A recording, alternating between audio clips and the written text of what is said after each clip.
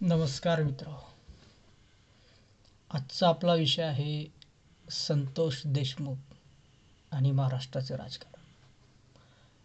मुळात संतोष देशमुख हत्याकांड प्रकरणामध्ये महाराष्ट्रामध्ये जो राजकारणाचा आगडोंब उसळला, त्या सर्व प्रकरणावर बोलण्यासाठी आज मस्ट टॉक या चॅनलच्या माध्यमातून मी आपल्यासोबत येत आहे.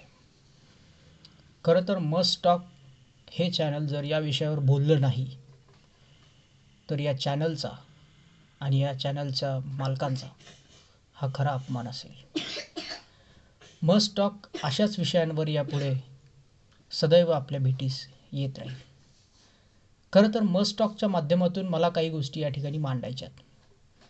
महाराष्ट्रात घडणारं राजकारण आणि संतोष देशमुख हत्याकांड यामध्ये आरोपींना ज्या पद्धतीने पाठीशी घालण्याचं वातावरण या संपूर्ण महाराष्ट्रामध्ये मागच्या 2 महिन्यांपासून बनवलं गेलं, त्यामध्ये फक्त जातीपातीचं राजकारण बघून काम भागणार नाही आहे.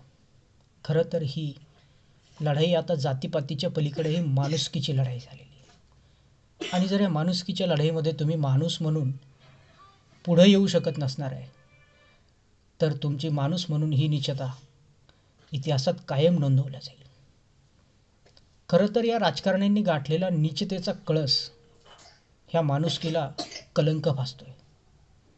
कारण असं आहे, नको त्या लोकांची तळी उचलायची, नको त्या लोकांची बाजू घ्यायची. खरं तर हे बसलेले प्रतिनिधी जे आहेत, हे प्रतिनिधी तुमच्या आमच्या सर्वसामान्यांचे नाही आहेत. हे मारेकरांचे, गुन्हेगारांचे, बलात्कारांचे प्रतिनिधी आहेत. या प्रतिनिधींना 2 महिन्यापूर्वी ही सर्व सत्य परिस्थिती पूर्णपणे माहिती होती. आज जी परिस्थिती त्यांना दिसते, आज जे फोटोज आपल्याला फेसबुक, व्हॉट्सअप, इंस्टाग्राम, सोशल मीडियावर दिसत आहेत, खरं तर ते फोटो 2 महिन्यापूर्वीपासून हे मुख्यमंत्री, उपमुख्यमंत्री ह्या तीनही मंडळींना ही गोष्ट माहिती होती. त्यांच्या मनाला 2 महिन्यापासून काही वेदना झाल्या नसतील. आपल्या मनाला आजच्या आज 24 ते 48 तासामध्ये एवढ्या प्रचंड वेदना होत आहेत. सर्वसामान्य माणूस रडतोय, न्यूज अँकरसुद्धा रडत आहेत, कुटुंबीय रडत आहेत, प्रत्येक व्यक्ती हळहळतोय. आणि 2 महिन्यापासून माहिती असलेले हे राजकारणी यांच्या मनाला काही वेदना झाल्या नसतील का? का नाही झाल्यात वेदना? याचं मुख्य कारण आहे, ते आपले प्रतिनिधी नाही आहेत, ते त्या गुन्हेगारांचे प्रतिनिधी आहेत. ते देखील तितकेच जिम्मेदार आहेत या माणुसकीला काळिमा फासण्यासाठी. ही माणुसकी त्यांनीच मोडीत काढली आहे. या माणुसकीला काळिमा फासण्यासाठी जेवढा गुन्हेगार जबाबदार आहे, जेवढा बलात्कारी जबाबदार आहे, जेवढा ते नराधाम जबाबदार आहेत, तेवढेच हे राजकारणी जे सत्तेत बसलेले सत्तापिसासू आहेत.